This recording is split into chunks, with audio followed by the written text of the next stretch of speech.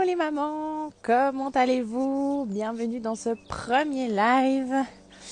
Je vous laisse un petit peu de temps pour nous rejoindre avant de commencer à parler de la charge mentale. Je pense que pour un premier live, c'est bien. Un bon sujet qui touche tout le monde. Alors voilà, pour une fois, je me suis dit que j'allais être accompagnée de vous pendant ma petite balade, pendant ma pause de midi pour parler d'un sujet qui me tient à cœur et qui est présent chez beaucoup de femmes et d'autant plus quand on devient maman. Alors aujourd'hui, on va parler de plusieurs choses, mais j'ai quand même pris quelques notes pour pas partir dans tous les sens et que ça dure 3 heures. Alors la première chose, on va déconstruire les idées reçues. Ça c'est vraiment une chose importante pour pouvoir ensuite mettre des actions concrètes et qui vont vraiment grandement faciliter la vie de tout le monde. Ça va nous permettre ensuite de changer de point de vue, de vraiment changer d'angle de vue, de s'ouvrir à d'autres choses qui peuvent se faire et qui surtout qui fonctionnent et qui libèrent un petit peu, pas qui vous libèrent quoi. Ensuite on parlera de tips concrets, je vous donnerai vraiment comment concrètement diminuer cette charge mentale au quotidien. Et il y aura bien évidemment des modules, un petit bonus, des petits bonus, voilà, des plus, qu'est-ce que vous gagnez vous, les enfants. Et bien évidemment, vous pourrez me poser vos questions après, soit en live ou bien soit en message privé. Ça va aussi. Ok, alors, est-ce qu'on démarre? Allez, on y va. Alors, la première chose, déconstruire les idées reçues, vraiment pour réussir à diminuer sa charge mentale. Qu'est-ce que j'entends par là? J'entends très souvent, et je pense que c'est dans la tête de la plupart d'entre vous, que vous vous dites, c'est mieux que je m'en occupe, parce que c'est mieux fait. C'est fait comme je veux, et comme ça, je suis contente. Alors oui, en soi, pourquoi pas, mais à un moment donné, on ne peut pas tout gérer, tout faire, nous, toutes seules. Avec nos petits bras, à un moment donné, ça devient trop compliqué. Donc essayez d'arrêter de vous dire que c'est mieux que vous en occupez, parce que c'est fait comme vous voulez, comme vous le souhaitez, à la virgule près. Donc ça va être aussi bien évidemment de lâcher un petit peu ce qui est fait, comment c'est fait et vraiment le résultat. Est-ce que réellement ça a toujours besoin d'être fait à la perfection? Attendez avant que je me fasse shooter. Voilà, donc la première chose, est-ce que réellement tout doit être fait comme vous le souhaitez à la virgule près? Ensuite, la plupart d'entre vous, vous dites simplement, mais en fait c'est mon rôle. De par votre éducation que vous avez reçue, de par ce que vous avez vu aussi comme modèle éducatif quand vous étiez enfant, de par la pression sociale, de par vos croyances. Donc voilà, il y a plein de choses inconscientes qui viennent aussi vous dire qu'en fait c'est votre rôle et vous ne posez même pas la question si vous devez le faire, s'il n'y a que vous qui pouvez le faire, comment vous pouvez faire différemment. Donc ça va être la deuxième chose. Et la dernière, il y a aussi le fait que souvent, on ne sait pas faire différemment. On ne saurait même pas par où commencer. Donc voilà, toutes ces choses qui viennent en fait augmenter la charge mentale de toutes les femmes et encore plus quand on devient maman. Alors vraiment aujourd'hui je vous invite, maintenant qu'on a un petit peu vu pourquoi est-ce qu'on a une grosse charge mentale, de vous ouvrir en fait à une nouvelle perspective qui va être plutôt que de répéter les schémas que vous avez peut-être vus ou que vous pensez devoir accomplir parce que la société vous met un peu cette pression de la maman doit faire, je dois faire, c'est mon rôle, etc. De vous dire que finalement, vivre en famille, c'est vivre en communauté, c'est vivre dans une collaboration. Et vraiment de changer cette perspective où non, c'est pas la maman qui doit tout faire, qui porte toute la famille et toute la vie de toute cette petite communauté, cette petite troupe à bout de bras, mais c'est que la communauté, donc tous les membres de la famille, doivent participer, doivent s'entraider pour justement pouvoir avoir un bon rythme, un bon équilibre de vie pour toute la famille, pour chacun, et que c'est comme ça que ça fonctionne le mieux. Donc c'est vraiment changer votre angle de vue et de vous ouvrir à une collaboration. Tous ensemble, on doit arriver. Je fais une petite pause bruit. Donc comme je vous disais, tous ensemble en famille, on doit pouvoir arriver à s'entraider, à participer pour un bon roulement. Et ça, de nouveau, il faut expliquer aux enfants. Vous savez, quand ils arrivent le soir et puis qu'ils mettent les pieds sur la table, ils ne se rendent pas compte que derrière, il faut faire les courses, faire à manger, ranger les courses, avoir une idée de menu. Tout ça, eux, ils ne voient pas. Parce que déjà, on ne leur explique pas. Et puis vous allez me dire, c'est pas vraiment leur première préoccupation. Ils ont faim, ils viennent à table et le repas est prêt. Trop cool.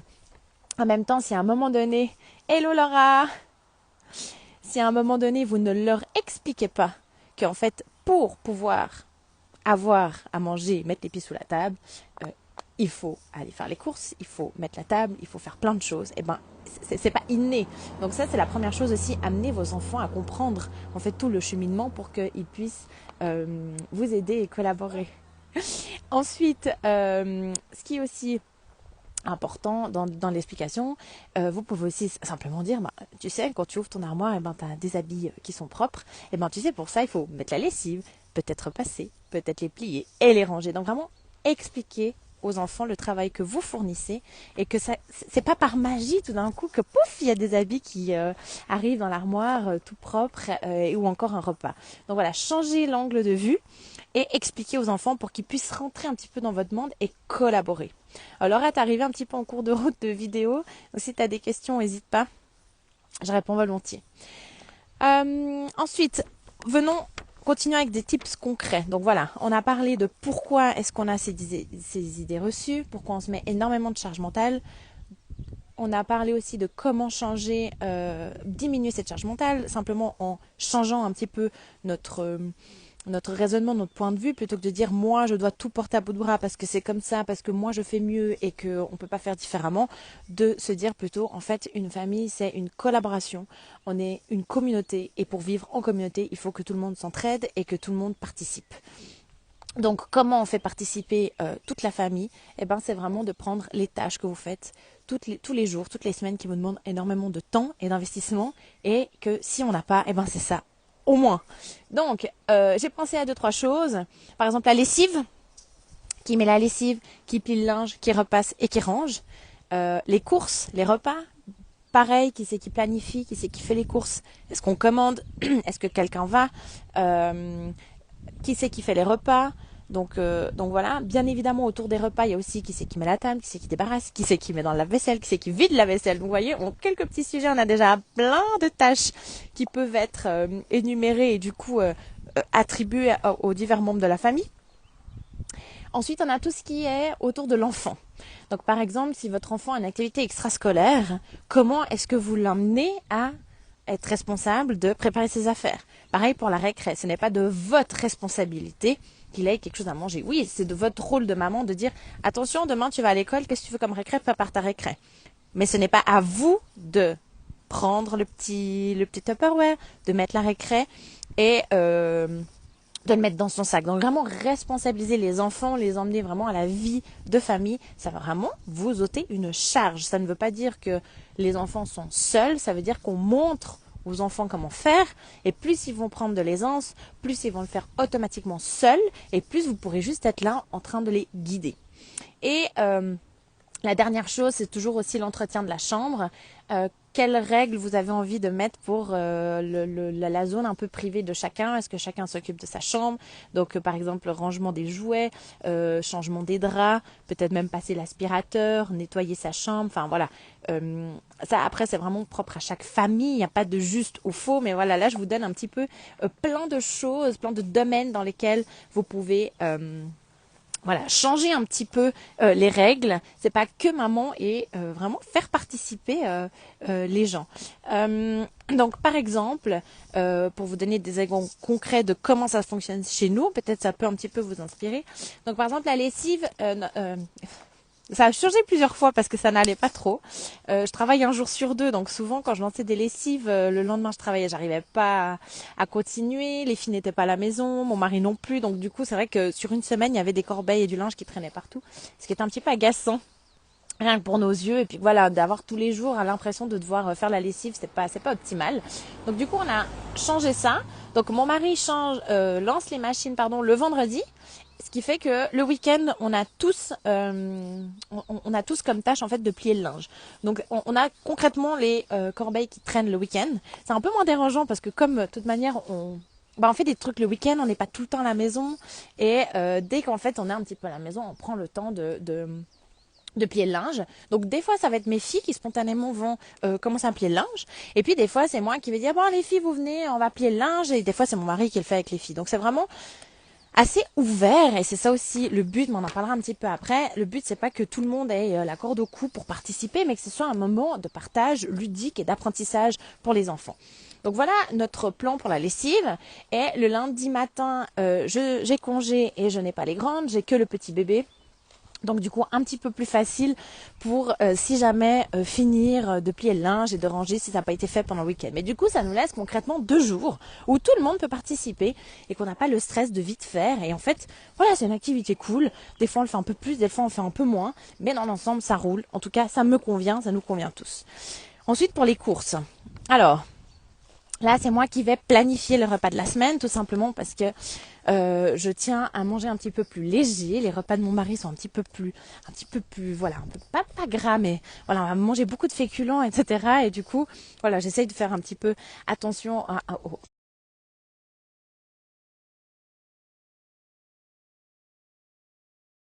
manger le repas. Donc généralement, je le fais le dimanche, je planifie quelques repas et elle est belle. Je partage cette liste avec mon mari. Et du coup, chacun sait, on a défini qui fait à manger quand par rapport à nos jours de congé et de travail, parce que les deux, on ne travaille pas à 100% du coup, pour garder les filles.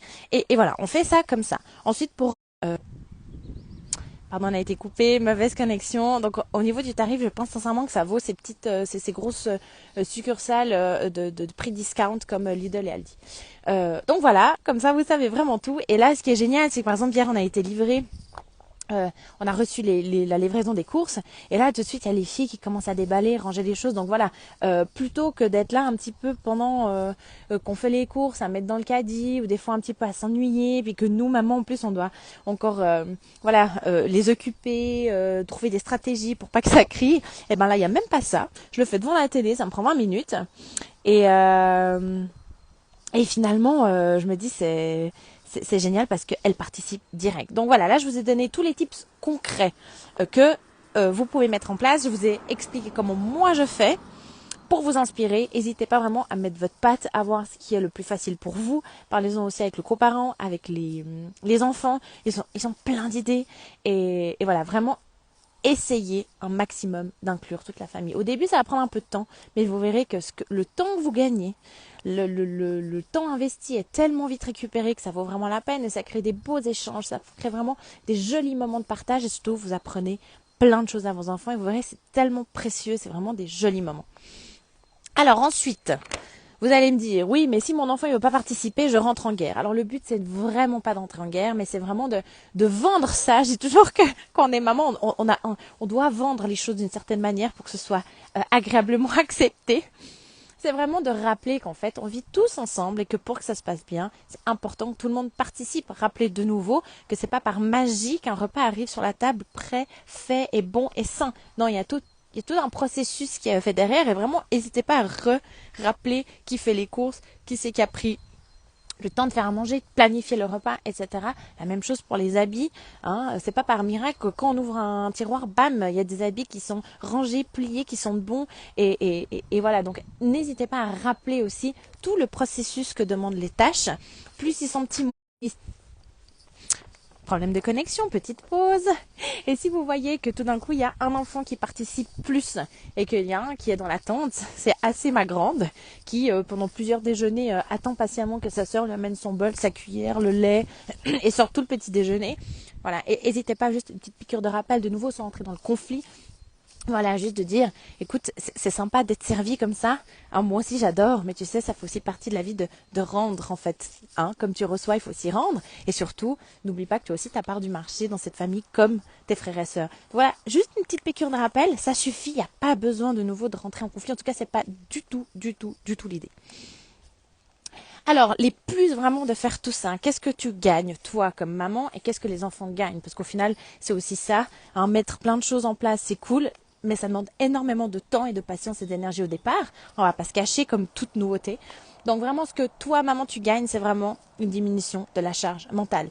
À force de répéter, de faire avec tes enfants et de leur apprendre, tu verras qu'ils vont spontanément faire des choses. Ils vont être de plus en plus à l'aise à les faire. Ils auront de plus en plus de plaisir à les faire. Et vraiment, tu vas pouvoir les regarder avec ce beau regard et plein d'amour de dire, mais waouh, qu'est-ce que mon enfant a grandi et qu'est-ce qu'il a appris. Et toi, tu vas vraiment pouvoir te décharger. Et l'enfant, vraiment, c'est tellement précieux pour lui. Il va devenir de plus en plus responsable. il va aussi apprendre en fait les clés qui sont nécessaires pour demain. Parce qu'au final, on a tous envie de ça, que notre enfant, quand il grandit, s'il devient plus grand, il soit un enfant épanoui. Et des fois, je vois vraiment des parents qui font tout pour leurs enfants, et quand un enfant se retrouve tout d'un coup à se cuire le premier œuf, et ben en fait, il est totalement perdu, il sait même pas par où commencer. Donc vraiment, c'est aussi de prendre le temps d'expliquer à ton enfant la vraie vie en fait, parce qu'un jour, il la vivra lui, sans vous, et de partager, d'échanger. C'est vraiment des moments précieux que vous allez vivre.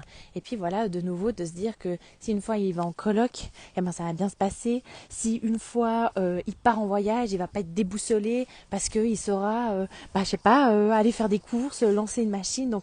Donc voilà, vraiment, c'est donner des beaux outils à vos enfants de responsabilisation.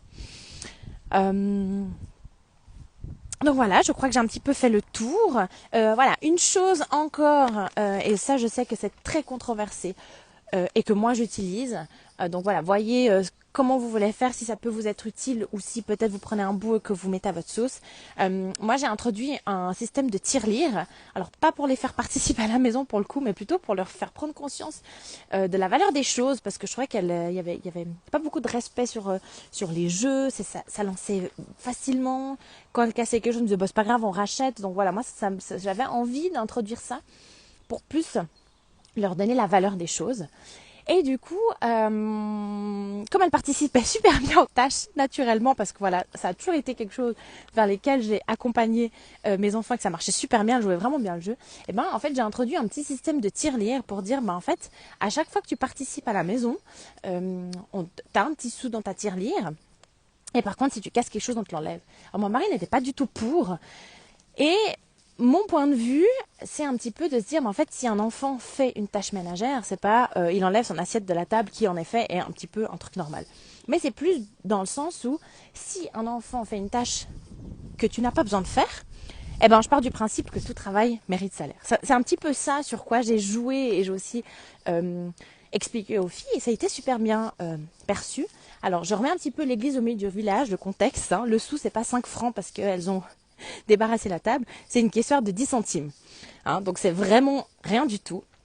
Mais ce que je trouve en fait génial, et c'est là en fait pourquoi j'ai instauré ça, c'est qu'en fait on est tous là à leur rabâcher que la vie c'est cher, qu'on doit travailler pour se payer des choses, mais en fait ils en ont aucune idée. Ils nous regardent avec des gros yeux, mais ils savent pas de quoi on parle. Et pourquoi j'ai introduit ce système de Cruzy, c'est parce que je me dis en fait 10 centimes c'est rien. Il y a énormément de 10 centimes à devoir gagner pour s'acheter un petit chocolat. Parce que du coup, voilà, les miennes ont 4 et 6 ans, donc ce qu'elles veulent, c'est des chocolats et des bonbons. Mais quand même, à coût de 10 centimes, il faut faire plus qu'une fois de participer aux tâches ménagères. Et voilà, du coup, ça c'est vraiment mon truc à moi, où fin de la semaine, mais vraiment, arrêtez de tout faire pour la famille. Ce n'est pas nécessaire. Vous avez le droit de vous libérer du temps. Vous avez même le devoir de responsabiliser vos enfants pour qu'ils aient une belle vie adulte et pas qu'ils tombent des nues.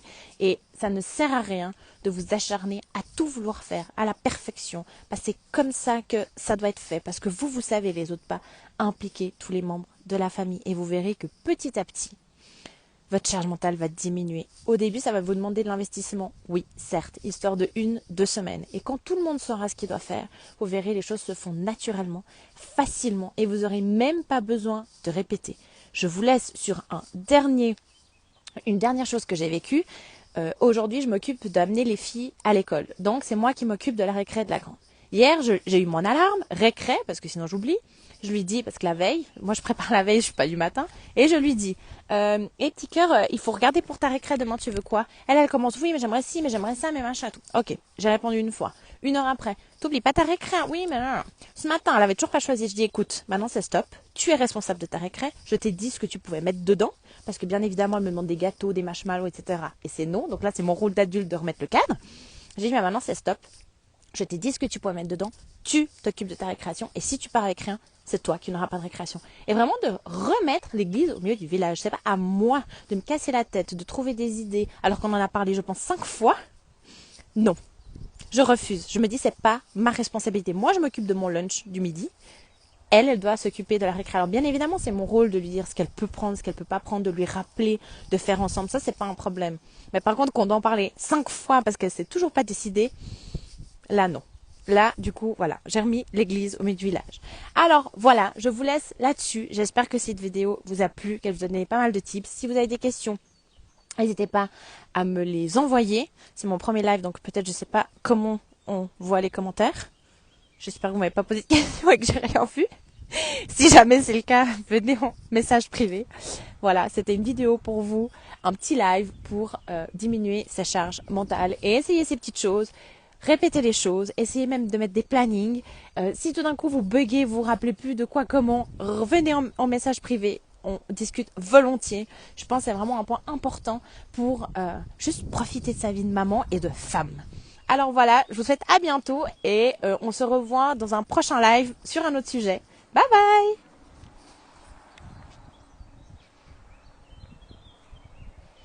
Alors maintenant, comment on arrête le live?